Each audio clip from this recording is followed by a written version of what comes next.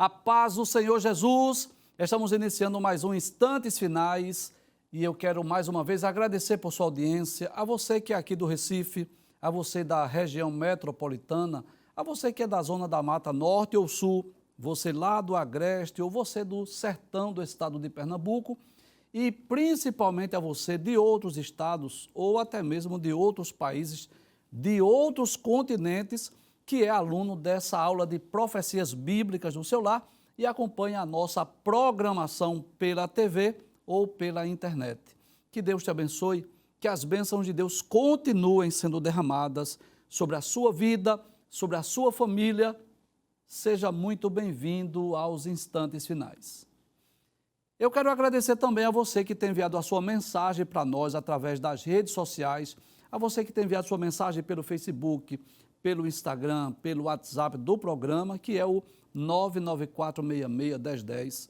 Agradeço pelas orações, pelas mensagens que nos são enviadas diariamente, e não só a minha pessoa, mas toda a equipe da Rede Brasil, com exclusividade aqueles que cooperam conosco aqui nos Instantes Finais, nos sentimos felizes em receber a sua mensagem.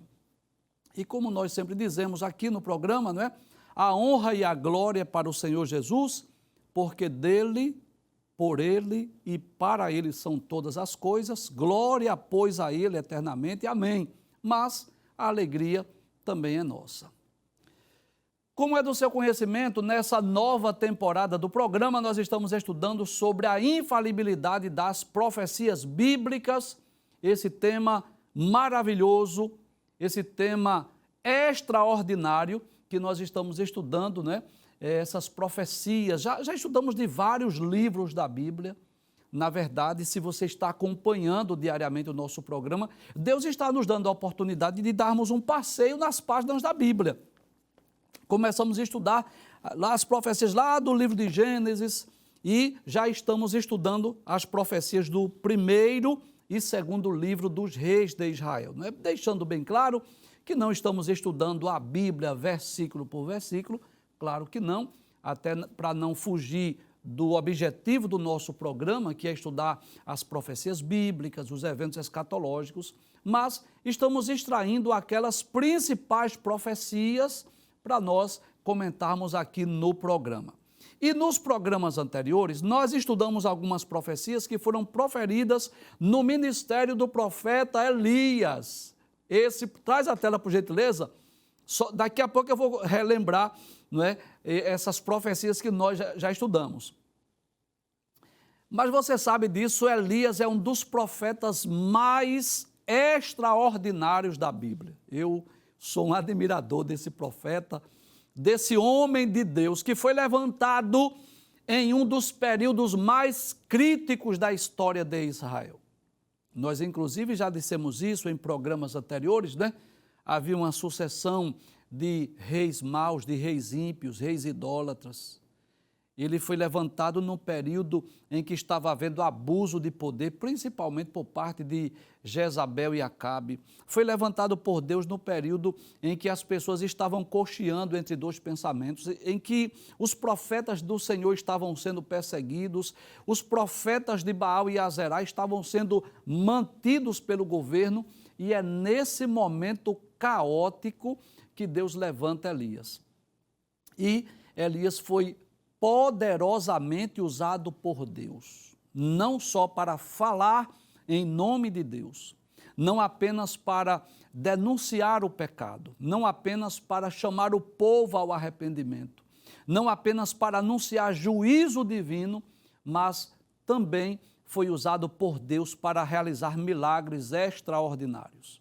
A história de Elias está registrada lá no primeiro livro dos reis, a partir do capítulo 17 até o início do segundo livro dos reis, e nós não estudamos todos os milagres, porque o objetivo do programa é estudar as profecias, mas selecionamos aí algumas profecias que foram proferidas por Elias e nós estudamos dos programas anteriores. Vamos relembrar algumas que nós já estudamos? Abre a tela, por gentileza. Então, nós estudamos aquela multiplicação da farinha e do azeite da viúva de Sarepta, e essa imagem aí é a ocasião em que Elias diz a Acabe, não é? Que não iria chover, até que ele anunciasse novamente a chuva, né? Que Deus iria deter a chuva e o orvalho, e nesse período de escassez, nesse período de fome, ele também anunciou a multiplicação da farinha e do azeite da viúva de Sarepta. Nós estudamos isso, capítulo 17 do primeiro livro dos Reis. Passe a tela, por gentileza. Estudamos também aquele programa, aquela profecia sobre a morte do rei Acasias, aquele rei que mandou os seus servos consultar Baal-zebub, lembra disso? Que Elias encontrou os mensageiros no caminho e perguntou por que foi que eles foram consultar Baal-zebub e anunciou a morte do rei Acasias. Já estudamos essa profecia. E também estudamos no último programa que Eliseu receberia a porção dobrada do espírito de Elias. Elias foi levado aos céus num redemoinho, pode trazer a tela por gentileza, numa carruagem de fogo, e Eliseu foi o seu sucessor. Eliseu deu continuidade aí ao ministério profético, sendo o sucessor de Elias. Teve o privilégio de ser chamado por Deus em primeiro lugar, e depois por Elias, quando Elias lançou a capa de sobre si, e ele pediu permissão para se despedir dos seus pais. Depois ele pegou uma junta de bois e matou aqueles bois, fez um guisado, aquela lenha, ele fez um fogo, fez um churrasco, fez uma despedida e começou a seguir Elias, foi aprender com Elias, e depois que Elias foi tomado para Deus, né, foi trasladado, começou então o ministério profético de Eliseu. E a partir de hoje, nós vamos estudar algumas profecias que foram proferidas no ministério do profeta Eliseu, mas antes eu gostaria, não é, de lembrar algo que eu considero por demais importante. Diferente de todos os demais profetas, Eliseu ficou mais conhecido pelos milagres que operou do que mesmo por suas profecias. Que coisa interessante. Nós já dissemos aqui, mas permita-me eu relembrar, né, nós já dissemos isso em programas anteriores, que não era comum, não era normal Deus operar milagre através dos profetas. E por quê, professor? Porque a função do profeta não era necessariamente fazer milagres. A função do profeta era falar em nome de Deus e não operar milagres. Então, se você ler, por exemplo, os livros proféticos, os 17 livros proféticos do Antigo Testamento, você vai perceber que não era comum os profetas realizarem milagres. Mas nos dias de Elias, nos dias de Eliseu, nós vamos perceber que eram marcados por essa apostasia, pelo abandono da fé. Muitos israelitas estavam adorando a outros deuses, como Baal e Azerá, e por essa razão, o ministério de Elias e de Eliseu foram marcados por grandes milagres. Inclusive, é bom lembrarmos isso, que Eliseu realizou o dobro dos milagres de Elias. Deixa eu melhorar essa frase. Deus realizou mais milagres através do profeta Eliseu do que o profeta Elias. Deus realizou através de Eliseu o dobro dos milagres que realizou através de Elias. E nós vamos relembrar alguns desses milagres. Abre a tela, por gentileza, para nós relembrarmos isso. Aí estão alguns milagres operados por Deus através do profeta Eliseu. Ele abriu as águas do rio Jordão, depois que Elias foi tomado para Deus. Depois ele sarou as águas de Jericó. Ele amaldiçoou 42 jovens que foram mortos por 2 ursas. Providenciou água para 3 reis e seus exércitos, que é o milagre ou a profecia que nós vamos estudar hoje. Ele multiplicou o azeite da viúva, ressuscitou o filho da sunamita. Nós vamos falar sobre essa sunamita no programa de amanhã, se Deus permitir. Pode passar a tela, por gentileza.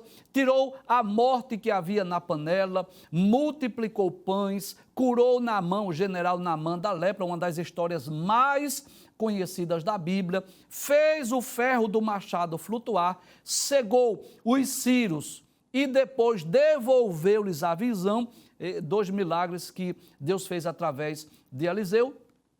E é interessante observar que mesmo depois de morto, ressuscitou um homem, por incrível que pareça. Essa história está no segundo livro dos Reis, capítulo 13, versículo de número 21. Então, Deus fez coisas extraordinárias através de Elias e depois através de Eliseu, o seu sucessor. Mas nós não vamos estudar necessariamente os milagres, não. Nós vamos estudar as profecias. E por isso nós selecionamos algumas profecias do ministério do profeta Eliseu para nós explicarmos aqui no programa.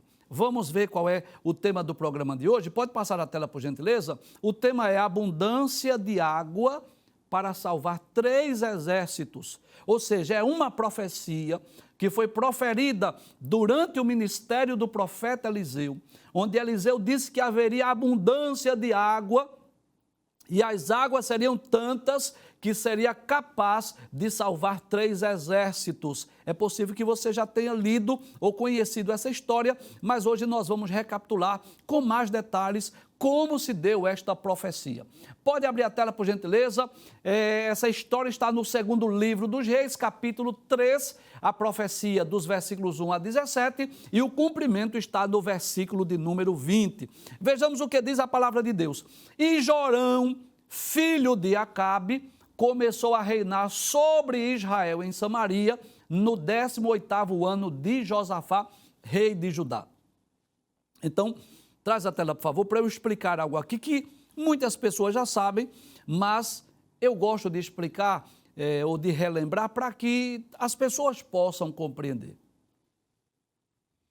Nós estudamos aqui em programas anteriores e vimos que depois de Roboão, o filho de Salomão, o reino foi dividido, não sei se você lembra.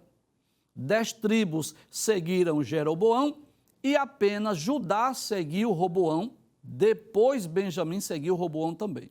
Então, a partir de então, 2 reis começaram a reinar sobre as 12 tribos.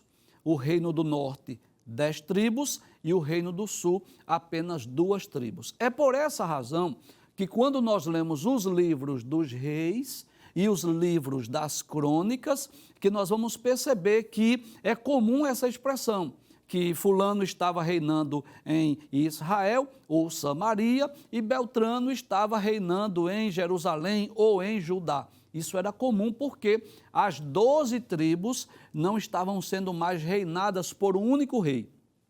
Os únicos reis que reinaram sobre as 12 tribos, vou fazer um teste com você para ver se você lembra. Quais foram? Eu vou dar uma dica, foram 3. Isso, parabéns. Saul, Davi e Salomão. Foram os únicos que esse período é chamado de Reino Unido, que durou aproximadamente 120 anos, porque esses 3 reis reinaram exatamente por 40 anos. Então, depois do rei Salomão, depois de Roboão, o reino dividiu. Então, nesse período dessa profecia, nós vamos perceber que haviam 2 reis. Abre a tela mais uma vez. Jorão estava reinando em Samaria, ou seja, reino do norte, e Josafá estava reinando onde? Lá em Judá ou em Jerusalém.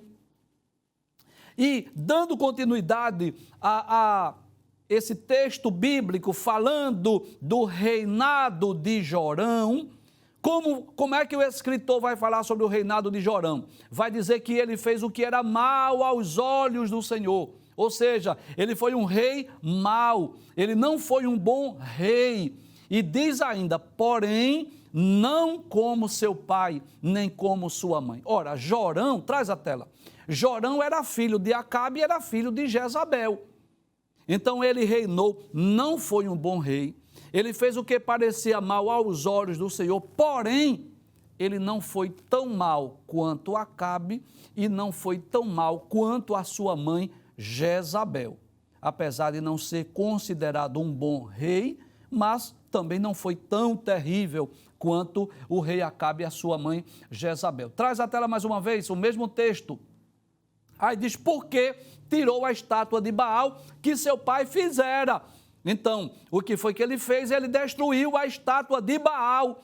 Isso fez com que ele não fosse tão ruim, tão mal quanto o rei Acabe. Pode passar a tela, por gentileza, versículos 3 e 4. Diz assim, contudo, aderiu os pecados de Jeroboão, filho de Nebate, que fizera pecar Israel, não se apartou deles. Traz a tela, por favor.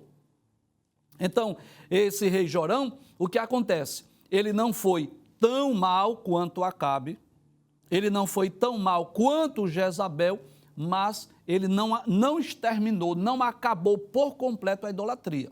Embora que ele tenha derrubado lá o altar de Baal, que seu pai Acabe havia levantado, mas ele continuou nos pecados de Jeroboão. Você sabe disso? Que quando Jeroboão estava reinando sobre as 10 tribos, ele levantou 2 altares, né, aqueles bezerros para serem adorados, para que os israelitas não fossem para Jerusalém. Você lembra disso? Então, ele continuou permitindo que houvesse aquela adoração naqueles 2 altares que foi levantado por Jeroboão. Abre a tela mais uma vez. Aí diz assim, ele fizera pecar a Israel, não se apartou deles. Não se apartou deles quem? Dos pecados de Jeroboão. Então, Mesa aí é o nome de um homem, de um rei, do rei dos Moabitas, lá do povo de Moabe. Ele era contratador de gado e pagava ao rei de Israel 100.000 cordeiros e 100.000 carneiros com a sua lã. Então, deixa eu explicar essa profecia para que você possa entender o contexto. Nos tempos bíblicos, nos tempos do Antigo Testamento, era muito comum isso acontecer. Quando uma nação mais forte e mais poderosa dominava sobre uma nação mais fraca, não é? Que não tinha tanto exército, tanto poderio. Então, muitas vezes, essa nação dizia assim, olha, você tem 2 opções. Ou você vai me pagar tributos, ou você vai me pagar impostos, ou eu vou invadir vocês e vou roubar tudo que vocês têm. Então, houve épocas, houve períodos em que a nação de Israel foi dominada por outras nações, em que os próprios reis de Israel tiveram que pagar impostos a outras nações para não serem invadidos. Porém, houve alguns períodos em que Israel dominou outras nações, em que Israel cobrou impostos, em que outras nações pagaram tributos para a nação de Israel. Então, nos dias de Acabe, né, os moabitas estavam pagando tributos, pagando impostos. Para quê? Para não serem invadidos, para não serem destruídos. Abra a tela mais uma vez. Então, quando diz que Mesa, rei dos Moabitas, era contratador de gado e pagava ao rei de Israel 100.000 cordeiros e 100.000 carneiros com a sua lã, era uma espécie de imposto que ele estivesse pagando ao rei de Israel. Passe a tela, por gentileza, para a gente saber o que aconteceu. Sucedeu, porém, que, morrendo Acabe, se revoltou o rei dos Moabitas contra o rei de Israel. Como que diz assim, olha, se Acabe morreu, eu não vou mais pagar tributos, eu não vou pagar mais impostos, eu não vou mais me submeter a Israel. Por isso, Jorão, que agora estava reinando em Israel, ao mesmo tempo saiu de Samaria e fez revista de todo Israel. Então ele saiu de Samaria e começou a passar pelas tribos, fazendo a contagem de soldados. Como que diz assim, olha, se Mesa, rei dos Moabitas, não está nos pagando os tributos, não está pagando os impostos, significa dizer que ele se rebelou contra nós. E antes que ele venha nos atacar, nós é que vamos atacá-los. Então, o que foi que Jorão fez? Passou nas tribos de Israel, arregimentou um grande exército, para quê? Para lutar contra o rei dos Moabitas, porque ele já estava esperando uma invasão. É como se ele dissesse assim, já que ele se rebelou, já que ele não quer pagar impostos, se nós ficarmos aqui esperando, ele vai nos atacar, pode nos pegar de surpresa. Então, nós é que vamos lá agora com um grande exército para lutar contra os Moabitas. Pode abrir a tela, por gentileza. Então, Jorão, ele saiu de Samaria e fez revista de todo Israel. Passe o texto, por favor. Aí diz assim, e foi e enviou a Josafá. Josafá era rei de onde? De Judá. Lembra que eu falei disso? Aí ele disse, mandou dizer a Josafá, olha, o rei dos Moabitas se rebelou, se revoltou contra mim. Irás tu comigo à guerra contra os Moabitas?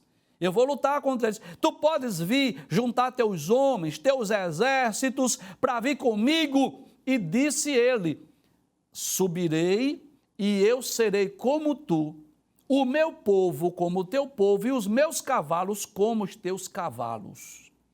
Eu gostaria de abrir aqui um parêntese, traz a tela por gentileza, para falar um pouco sobre o rei Josafá, que foi um dos bons reis do Reino do Sul. Só para que você tenha uma ideia, o Reino do Norte teve 19 reis, todos eles foram maus. O Reino do Sul teve 20 reis e teve ao menos 8 reis bons, como o rei Joás, o rei Josias, o rei Josafá, o rei Ezequias. Então, o rei Josafá foi um dos bons reis. Inclusive, no segundo livro das Crônicas, capítulo 17, a partir do versículo 3, diz assim: E o Senhor foi com Josafá, porque andou nos primeiros caminhos de Davi, seu pai, e não buscou Baalins. Antes buscou ao Deus de seus pais, e andou nos mandamentos, e não segundo as obras de Israel. E o Senhor confirmou o reino nas suas mãos, e todo Judá deu presentes, e Josafá, e teve riquezas, glória em abundância. Então Josafá foi um dos reis bons, porém Josafá se precipitou. Quando Jorão veio com a proposta, tu irás comigo, ele não perguntou a Deus, ele não orou, ele não consultou o profeta, não, ele já se colocou à disposição. E por quê? Porque Josafá tem um coração bom. E o que foi que veio à mente de Josafá? Se as 10 tribos do Reino do Norte estão indo para uma guerra contra os moabitas, eu vou ajudar o povo de Deus. Eu vou ajudar o Reino do Norte. Eu vou ajudar o rei Jorão. Porém, eu torno a dizer, o que era para Josafá ter feito? Primeiro consultar ao Senhor. Senhor, eu devo ir à guerra, eu devo acompanhar Jorão, mas o que foi que ele fez? Ele simplesmente respondeu favoravelmente. Abre o texto mais uma vez, que expressão bonita de Josafá. Ele diz assim: subirei, e eu serei como tu, o meu povo como o teu povo, e os meus cavalos como os teus cavalos. Como que diz assim? Eu vou entrar na peleja, eu vou entrar na guerra, eu vou entrar na batalha, eu vou lutar a favor de Israel. Passe a tela, por gentileza. E disse, por que caminho, disse ele, né? Por que caminho subiremos? Qual é o caminho, a rota que nós iremos para invadir os moabitas? Aí ele disse assim, pelo caminho do deserto de Edom. Traz a tela. E por que o caminho do deserto? Porque era o caminho menos esperado para um ataque. Porque se eles fossem pela estrada principal, com certeza os atalaias avisariam ao rei de Moabe, avisariam a Mesa, olha, está vindo aí um grande exército. E eles foram pelo caminho do deserto, que era um caminho, não é, digamos assim, menos comum, para que viessem os exércitos lutar contra o exército dos moabitas. Então subiram pelo caminho do deserto. Abre a tela mais uma vez, o deserto de Edom. E partiram ali 3 reis, ou 3 reinos, ou 3 batalhões. Subiu quem? O rei de Israel, Jorão, o rei de Judá, Josafá, e o rei de Edom, cada um com seus exércitos. E andaram rodeando como uma marcha de 7 dias. Então, 7 dias naquela jornada, naquela caminhada, e o que aconteceu? E o exército e o gado que os seguia não tinha água. Traz a tela. Alguém errou nos cálculos. Eles até pensaram, talvez contaram, olha, vamos fazer a conta dos exércitos que nós temos, com certeza o exército dessas 3 nações, ou os exércitos, os batalhões dos filhos de Israel, dos filhos de Amon e de Judá, com certeza eram mais poderosos do que o exército dos moabitas. Só que fizeram um cálculo errado. Disseram assim, nós vamos pelo caminho do deserto de Edom. Mas eles não calcularam se haveria água suficiente para atravessar o deserto.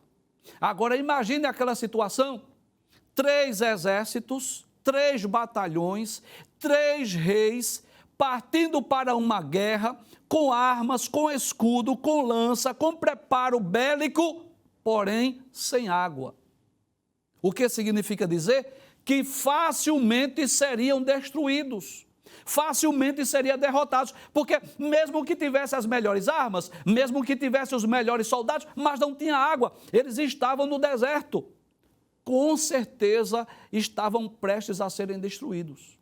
E é aí que alguém vai lembrar de consultar a Deus, que eu diria fora do tempo. E isso nos ensina uma grande lição. São detalhes na Bíblia que isso nos ensina. Que antes de ir a uma guerra, que antes de ir a uma batalha, que antes de tomar uma decisão, a gente deve consultar a Deus antes, não é depois. Tem muita gente que está se dando mal, que está quebrando a cara, porque primeiro toma a decisão, primeiro faz as suas próprias escolhas, primeiro toma as suas iniciativas, aí depois que vem o problema, aí vai consultar a Deus. Seja sincero, pare para pensar. Não tem muita gente assim? Por exemplo, vai casar e não ora, não pergunta a Deus se é a vontade de Deus, se Deus está naquele negócio, ou vai fazer uma compra, ou vai vender alguma coisa, ou vai fazer uma viagem, seja lá o que for. Qual é a nossa responsabilidade? É perguntar a papai, perguntar a Deus, é conversar com Deus. Sabe por quê? Porque Deus conhece o amanhã. A nossa visão é muito limitada. Nós olhamos muito aquilo que está diante dos nossos olhos. Você lembra de Abraão e Ló? Veja que coisa interessante. Ló escolheu as campinas do Jordão. Foi bater aonde? Sodoma e Gomorra. As cidades que foram destruídas com fogo. Abraão escolheu aquele caminho que aos olhos humanos não era tão atraentes. Não era um campo fértil para que pudesse ter alimento para o seu gado. Mas que coisa interessante, a importância de nós orarmos a Deus, de nós consultarmos ao Senhor. Vai fazer uma viagem? Já orou? Já perguntou a Deus? Surgiu uma proposta de emprego melhor do que o seu trabalho e você vai ganhar mais lá? Já orou a Deus? Já perguntou se Deus está no negócio? Você vai casar? Já perguntou a Deus se Deus está no negócio? É uma responsabilidade nossa. Tem muita gente que está indo consultar a Deus depois que está no deserto, depois que está faltando água, depois que está prestes a morrer, mas o problema está porque não consultou antes. Percebeu que não foi Deus que mandou ir pelo deserto de Edom? Percebeu isso? Não foi Deus que mandou. Eles fizeram o cálculo errado. Não foi Deus que disse assim, vai lá pelo deserto. Não foi Deus que disse isso. Então, a importância de nós perguntarmos ao Senhor, por onde é que eu vou? Qual é o caminho que eu devo seguir? O que é que tu tens a me dizer sobre esse projeto? Porque às vezes os projetos humanos são até atrativos, são até atraentes. Porém, precisamos sempre consultar ao Senhor. Traz a tela mais uma vez, por gentileza. E disse, por que caminho subiremos? Ele disse, olha, pelo caminho do deserto de Edom. E partiu o rei de Israel, o rei de Judá, o rei de Edom, e andaram rodeando-os com uma marcha de 7 dias. E o exército e o gado que os seguia não tinha água. Passe o texto, por gentileza. Então disse o rei de Israel, aquele rei Jorão, aquele rei que não havia abolido a idolatria. O que foi que ele disse? Que o Senhor chamou esses 3 reis para entregar nas mãos dos moabitas. Ou seja, o pessimista da história. Ele começa agora a colocar culpa em Deus. Que coisa extraordinária. Veja, Jorão decide para a guerra, não consulta a Deus. Chama Josafá, Josafá não consulta a Deus. Chama o rei de Edom, pior ainda, se Josafá e Jorão não consultou a Deus, o rei de Amon também não vai consultar. Não perguntaram a Deus por que caminho seguir. Aí quando está no deserto sem água, aí coloca a culpa em quem? Em Deus. E eu quero dizer que tem muitas coisas ruins que acontecem no mundo, muitas tragédias, que as pessoas culpam Deus, quando muitas vezes Deus não tem nada a ver. Foi Deus que mandou os 3 reis ir para a guerra? Foi Deus que mandou ir pelo deserto de Edom? Não. Foi decisão humana. Então não coloque a culpa em Deus quando você mesmo faz as suas escolhas e toma as suas decisões sem consultar a Deus. Foi essa atitude de Jorão. Foi Deus que trouxe aqui para matar os três reis, esses exércitos. Deus não tem nada a ver com isso. Foi você que tomou a decisão. Então foi você que tomou a decisão errada. Você não consultou a Deus se era para ir para a guerra. Você não perguntou o caminho que era para ir. Você não perguntou se era para chamar o filho de Amon, os filhos de Amon para ir para a guerra. Nem Josafá, mesmo sendo homem de Deus, não consultou ao Senhor. Então, não coloque a culpa em Deus quando a culpa é humana. Quer ver um exemplo disso? Tem muita gente que está colocando a culpa em Deus pela fome que existe no mundo. Deus não é o culpado pela fome. Leia lá Gênesis capítulo 1 e capítulo 2. Veja que antes de Deus criar Adão, Deus criou as árvores frutíferas. Deus criou a terra produtiva, que o homem lança a semente e a terra faz brotar. Deus não é o culpado pela fome. O culpado pela fome são as injustiças sociais que ocorrem no mundo. É a má distribuição de renda. É a ganância, a avareza do coração dos homens. Segundo, tem muita gente colocando a culpa em Deus pelas doenças, pelas enfermidades. Sabia disso? Não, essas doenças, muitas delas são criadas em laboratório. Sabia disso? Tem muita gente culpando Deus, mas existem vírus que são criados em laboratório. Sabe por quê? Porque isso vai gerar dinheiro. Alguém vai ter que produzir vacina, vai ter que comprar medicamentos. Querem culpar a Deus. Tem muita gente culpando a Deus pela violência. Vai ler a Bíblia. O que é que Deus diz na sua palavra? Que a gente deve amar o próximo, que devemos amar o próximo como a nós mesmos, que não devemos lançar pedra sobre pedra. Em momento algum Deus manda a gente se vingar, a gente fazer violência. Não! Deus nos ensina a viver em paz com o próximo. Aí o que acontece? Os homens, pela sua maldade, pela maldade do coração, e alguns deles até possesso de demônios, matam, estupram, roubam, não é? Traficam drogas, faz o que não deve, aí depois querem culpar a Deus por causa da maldade. Deus não tem nada a ver com isso. Deus ensina que haja paz, que haja amor, que haja união. Então tem muita gente que está fazendo o que Jorão faz. Quer ver outro exemplo? Eu vou dar outro exemplo. Os homens começam a fazer construções em lugares indevidos, impróprios. Começa, por exemplo, a aterrar os manguezais. Começa, por exemplo, a fazer o desmatamento, né, das matas, derrubando árvores de uma forma assim, aleatória. Aí o que acontece isso? Há uma reação da natureza, porque toda ação gera uma reação. Aí o homem começa a aterrar os manguezais para fazer os shoppings, para fazer os prédios, para fazer as cidades. Aí depois começa a desmatar as matas. Aí daqui a pouco vem enchente, vem seca, vem uns fenômenos da natureza. E é muito mais fácil colocar a culpa em Deus. Seja sincero, não é melhor colocar a culpa em Deus? É mais fácil do que dizer assim, olha, isso aqui é o resultado desse manguezal que foi aterrado. Veja os ataques de tubarões que estão ocorrendo aqui no estado de Pernambuco. Pode observar que há ações humanas que estão provocando os ataques de tubarão. Então, tem muita gente na posição de Jorão, jogando a culpa em Deus, quando, na verdade, era para ele dizer, olha, nós erramos. Eu errei. Eu tomei a decisão de ir para a guerra, não consultei a Deus. Eu chamei Josafá, não consultei a Deus. Eu chamei o rei de Amon, não consultei a Deus. Eu mesmo decidi que deveria ir pelo caminho do deserto de Edom. Então agora vamos clamar e pedir misericórdia a Deus e não colocar culpa em Deus. Guarda essa frase, tá? Está no deserto, está no perigo, não coloca a culpa em Deus. Te humilha, chora, pede perdão, pede misericórdia, mas não coloque a culpa em Deus naquilo que você mesmo decidiu fazer. Passa a tela, por gentileza. Aí disse Josafá, agora, né? Josafá, desculpa, Josafá. Agora, Josafá, pergunta aqui, não há aqui algum profeta do Senhor para que consultemos ao Senhor por ele? Aí respondeu um dos servos de Israel, do rei de Israel, disse assim, olha, tem aqui Eliseu, o filho de Safate, que deitava água sobre as mãos de Elias. Já falei sobre isso. Eliseu era servo de Elias. Antes de ser profeta, aprendeu a colocar água quando Elias ia lavar as mãos. Aprendeu a ser servo. Passa a tela, por gentileza.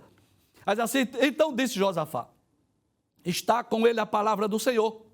Então o rei de Israel e Josafá e o rei de Edom desceram a ele. Né? Traz a tela, por favor. Aqueles homens cheios, né, de orgulho, que foram para a guerra se sentindo suficientes, se sentindo capazes, quem sabe olhando para os seus exércitos. Nós vamos vencer, nós vamos lutar contra o rei de Amon, nós vamos destruir os amonitas. Confiado em quê? Nos soldados, nas armas, nos exércitos. Só que sem Deus não há nós não temos como vencer batalhas. E eu vou falar bem claro aqui para você. Você pode ter as melhores armas, você pode ter as melhores estratégias e você pode ter o melhor exército, os melhores soldados, os melhores guerreiros. Sem Deus você não vence. Porque é Deus quem dá a sabedoria, é Deus quem dá a capacidade, é Deus quem dá a estratégia, é Deus que dá tudo. Então, sem Deus nós não podemos vencer nenhuma batalha. Então, o que é que acontece? Agora desce os 3 reis humilhados. Não consultou a Deus lá atrás? Vá consultar agora. Agora vão procurar o profeta. Abre a tela, por gentileza. Mas assim, e disse Josafá, o rei Josafá, está com ele a palavra do Senhor. Está com quem? Com Eliseu. Então o rei de Israel e Josafá e o rei de Edom desceram a ele. Vamos lá consultar. Vamos saber o que é que Deus tem a dizer através de Eliseu? Passe a tela, por gentileza. Mas Eliseu disse ao rei de Israel, que tenho eu contigo? Vai aos profetas de teu pai e aos profetas da tua mãe. Como que diz assim? Por que tu não fosse consultar os profetas de Baal e Azerá? Por que tu viesse me consultar agora? Porém o rei de Israel diz assim, não, porque o Senhor chamou esses 3 reis para os entregar nas mãos dos moabitas. Veja, mais uma vez, diante do profeta, diante do homem de Deus, em vez de se humilhar e dizer assim, olha, nós viemos te consultar porque sabemos que tu falas por Deus. Deus fala através de ti. Nós viemos te consultar porque tu és um homem de Deus. Não. Mais uma vez vai culpar a Deus pelos erros que ele tomou, pelas iniciativas errôneas que ele tomou.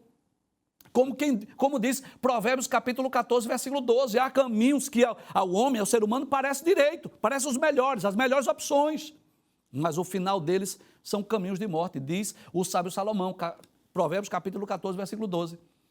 Abre a tela mais uma vez. Aí Eliseu pergunta, né? Que tenho eu contigo? Vai aos profetas de teu pai, os profetas da tua mãe, vai consultar Baal e Azerá. Aí o rei de Israel coloca a culpa em Deus mais uma vez. Chamou esses 3 reis para entregar nas mãos dos moabitas. Passe o texto mais uma vez. Eliseu disse, vive o Senhor dos exércitos, em cuja presença estou, que se eu não respeitasse a presença de Josafá, rei de Judá, eu não olharia para ti nem te veria. Eu posso dizer assim, olha, Jorão, se não fosse a presença de Josafá aqui, eu não iria nem olhar para ti. Como dizer assim, tu não mereces, mas eu vou te responder, eu vou falar em nome de Deus, por causa de Josafá. E isso me faz entender, à luz da Bíblia Sagrada, que o homem de Deus pode fazer a diferença onde ele está. Sabia disso? E eu vou mostrar isso à luz da Bíblia. José do Egito, na casa de Potifar, fez a diferença. Deus abençoou a casa de Potifar por causa dele. Lá no cárcere, Deus abençoou o cárcere ali, a ponto de ele ter as chaves do cárcere na mão. No Egito, Deus abençoou o Egito por causa de José. Então, onde tem um homem de Deus, Deus abençoa, a bênção de Deus está ali. Deus abençoa, seja lá uma indústria, uma fábrica, uma loja, seja lá uma família, seja lá o que for. Se tiver um homem de Deus, a bênção de Deus estará ali. Então, a felicidade do rei de Amon e a felicidade do rei Jorão, rei de Israel, era que Josafá estava ali no meio deles. Passe a tela, por gentileza. Aí ele diz assim, ora, pois, trazei-me um tangedor. O que é um tangedor? É um arpista, um tocador de harpas. E sucedeu que tangedor, em outras versões diz assim, e sucedeu que tocando arpistas a sua harpa, veio sobre ele a mão do Senhor e disse, assim diz o Senhor. O que é que Deus diz? Fazei neste vale muitas covas. Passa a tela, por gentileza. Porque assim diz o Senhor, não vereis vento e não vereis chuva, todavia este vale se encherá de tanta água que bebereis vós e vosso gado e vossos animais. Era Deus dizendo assim, eu vou mandar água. E sabe o que isso nos ensina? Que mesmo quando nós quebramos a cara, quando nós tomamos decisões erradas, mesmo quando nós fazemos as coisas sem consultar a Deus, mas a misericórdia de Deus é tão grande que Deus é capaz de reverter a situação. É claro que aquele problema poderia ter sido evitado se eles consultassem a Deus antes de ir para a guerra. Mas o que é que Deus faz? Deus usa o profeta Eliseu. Diz assim, olha, você não vai ver chuva, você não vai ver vento, mas pode cavar covas aqui, faça muitas covas, porque eu vou mandar água para os soldados e para o gado. É Deus dizendo assim, eu vou mandar água. Será que essa profecia se cumpriu? Passa a tela mais uma vez. Diz assim, sucedeu que pela manhã, oferecendo-se a oferta de manjares, aquele sacrifício da manhã, eis que vinham as águas pelo caminho de Edom, e a terra se encheu de água. Traz a tela. Eu poderia falar ainda, dar continuidade falando que eles foram para a guerra, eles foram vencedores, eles venceram aquela guerra, mas quero me deter nessa profecia. Deus supriu, Deus proveu, Deus mandou água, mesmo que aqueles homens não merecessem, porque não consultaram a Deus antes de tomarem a sua decisão, mas Deus proveu. E é esse o Deus que nós servimos, o Jeová Jireh, o Deus da provisão. Então, seja lá o que nós estivermos precisando para vencer as batalhas da vida, Deus está pronto a fazer milagres. E o que aprendemos ainda? Que Deus trabalha de uma forma extraordinária, porque às vezes Deus trabalha na contramão da lógica humana. Era de se esperar o quê? Que Deus mandasse muita chuva, nuvens carregadas de águas, para que chovesse bastante e pudesse suprir aquele exército de águas. Mas Deus disse assim, você não vai ver vento, não vai ver chuva, mas pode cavar as covas, que esse deserto vai se encher de água, e esta profecia se cumpriu na íntegra.